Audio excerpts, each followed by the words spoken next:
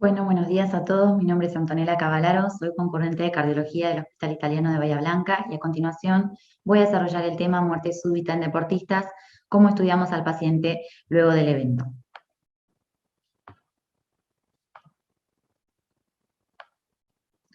Bueno, para comenzar vamos a definir el cuadro en donde se define como la muerte súbita como un deceso inesperado, no violento ni traumático, que no tiene síntomas previos. Es decir, el paciente previo a desarrollar la muerte súbita era visto como una persona sana o estaba asintomática. En el caso de que el paciente eh, haya tenido la muerte súbita y no se haya presenciado la misma, podemos considerar que el paciente tiene que haber estado 24 horas previas asintomático o sano. En el 80-90% de los casos se produce por una causa cardiovascular y especialmente por un paro cardíaco. Hay que tener presente que no todos los paros cardíacos son a causa de una muerte súbita y que para considerar la muerte súbita en un deportista, el paciente tiene que desarrollar este evento realizando la actividad física o hasta una hora posterior a desarrollar la actividad física o en las nuevas definiciones hasta 24 horas posteriores a haber desarrollado una actividad, se considera que el paciente tuvo una muerte súbita luego en un atleta, digamos, asociada a una actividad física. Cuando tenemos un paciente con una muerte súbita, es decir, un paro cardíaco reanimado, se nos plantean varios interrogantes, como por ejemplo, ¿qué estudios puedo solicitar? ¿Cuándo va a poder volver a realizar actividad? ¿Qué tipo de actividad? Si es que va a poder realizarla. ¿Qué tratamiento puedo ofrecerle? ¿Y cómo son los controles que tengo que hacer con estos tipos de pacientes? A lo largo de la disertación voy a intentar responder estos interrogantes. Tenemos que tener presente que los pacientes con muerte súbita se ubican en dos grandes grupos epidemiológicos que este sustrato, digamos, se basa en distintos estudios que se han hecho. Están los pacientes mayores de 35 años, en donde este tipo de eventos son más frecuentes y ocurre una muerte súbita en cada 18.000 habitantes que se encuentran realizando actividad física. En segundo lugar, están los pacientes menores de 35 años, en donde la muerte súbita ocurre en uno de cada 100.000 habitantes que están realizando actividad física. Es decir, estos eventos son menos frecuentes. ¿De qué depende esto? Bueno, de la edad del paciente, fundamentalmente, de la etnia, del lugar en el que se encuentren y, con todo esto, de las causas que uno va a sospechar que originan la muerte súbita. En los mayores de 35 años, la principal causa de muerte súbita es la enfermedad coronaria. Es algo que tenemos que ir a descartar de manera primordial. En los menores de 35 años, tenemos en cuenta las causas genéticas, en donde las canalopatías y las miocardiopatías son frecuentes de ver, y las causas adquiridas, en donde el abuso de sustancias, la contusión cardíaca como el comotio cordis, o las miocarditis o la enfermedad de Chagas en nuestro medio, son causas que pueden generar muerte súbita. Pero bueno, se han hecho diversos estudios, uno en el continente americano, que fue a través del Registro Nacional de Muerte Súbita en Atletas, en donde se estableció la miocardiopatía hipertrófica como principal causa de muerte súbita.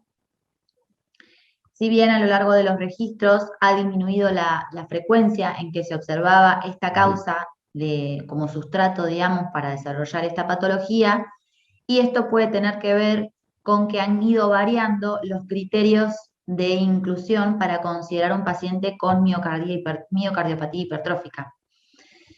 Después, por otro lado, tenemos los estudios realizados en el continente europeo, en Italia, en Dinamarca, pero fundamentalmente el registro en Italia, en donde la miocardiopatía ritmogénica del ventrículo derecho fue la causa principal de muerte súbita. Y esto se debe también a que los pacientes que tenían miocardiopatía hipertrófica generalmente eran detectados antes en los programas de screening que desarrollaron gracias a estos registros.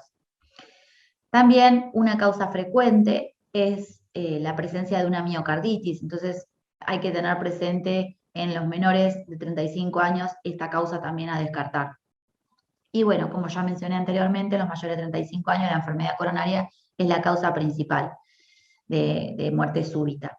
¿Qué quiero decir con esto? Es la causa principal que tengo que ir a descartar y cómo voy a orientar los diagnósticos que voy a solicitar. Pero el paciente puede tener otra causa que no sea la más frecuente, ¿sí? Uno hace esta gran división inicial para empezar a estudiar al paciente.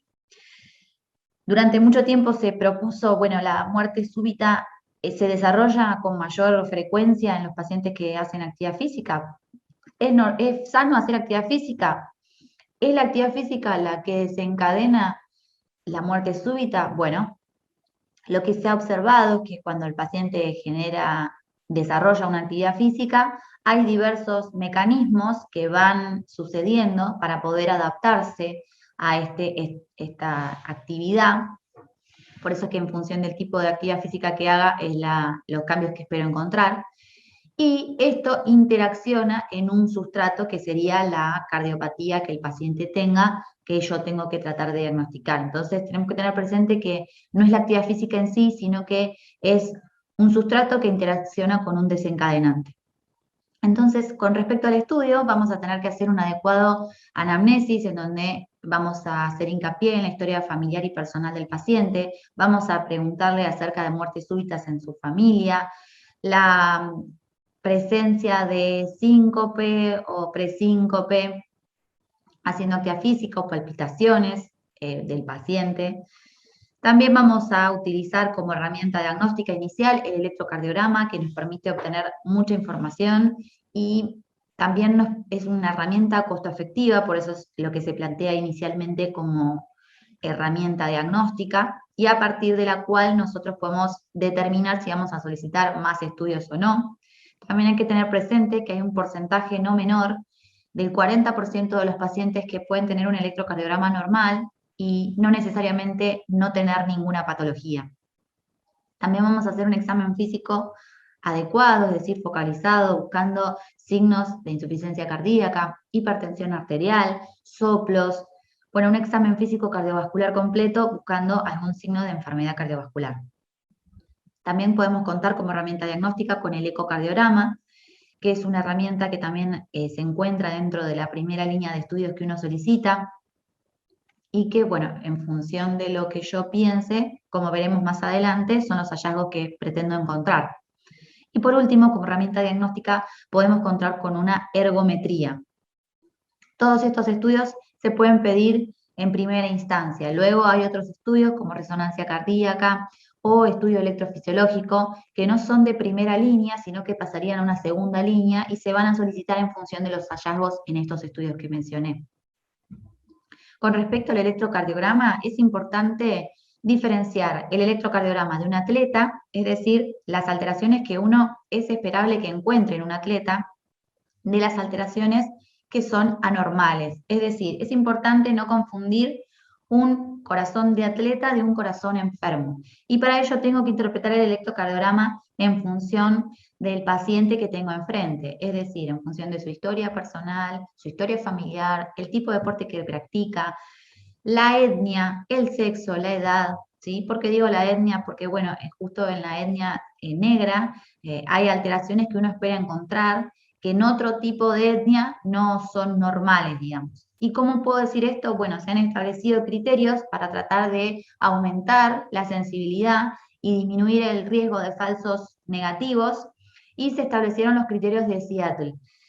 Estos criterios son a través de un consenso de expertos que lo que buscan es tratar de identificar cosas que uno puede considerar normales en un atleta en función de su actividad y su etnia, repito, y cosas que serían anormales. ¿Qué me tendrían que llamar la atención? La presencia de un QT largo, que tenga signos de preexcitación, una onda épsilon, bloqueo de rama izquierda, criterios de Brugada, que tenga presencia de arritmia supraventricular o ventricular, que tenga presencia de ondas Q patológicas, que tenga inversión de las ondas T. Entonces podemos decir que hay hallazgos normales en el electrocardiograma esperables en función de la actividad del deportista y hallazgos anormales en el electrocardiograma que me tienen que hacer pensar que hay una cardiopatía de base. Si yo sospecho una cardiopatía estructural, tengo que a partir de este estudio solicitar un ecocardiograma, un Holter, una resonancia cardíaca y una ergometría.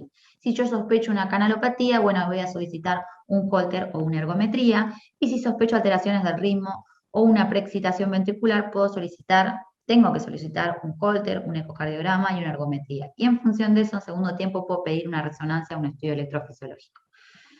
Con respecto al ecocardiograma, lo que vamos a tratar de encontrar son trastornos de la motilidad, pensando en una cardiopatía isquémica como causa, hipertrofia ventricular izquierda, dilatación auricular o ventricular, presencia de valvulopatías o inserción anómala de las arterias coronarias que en algunos casos se pueden observar.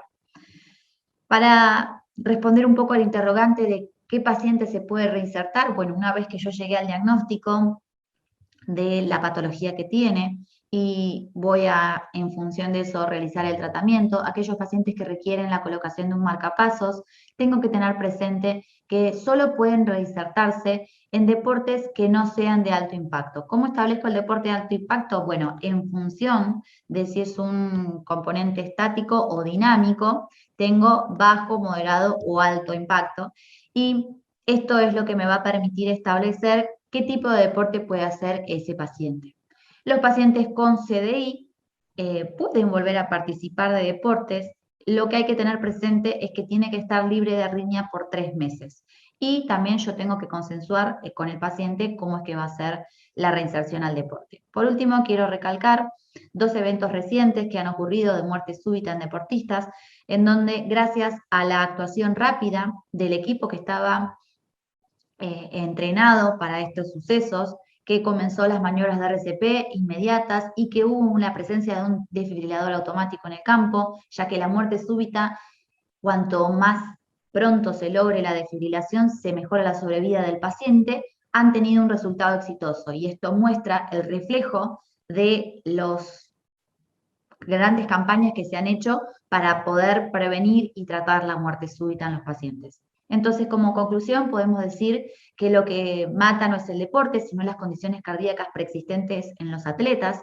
Los programas de screening logran detectar la patología en un alto porcentaje de pacientes, que es lo ideal y para lo que están formados. En Argentina no contamos con un registro nacional de las muertes súbitas en atletas, lo cual es importante para poder establecer un propio registro y también para poder establecer las herramientas de screening.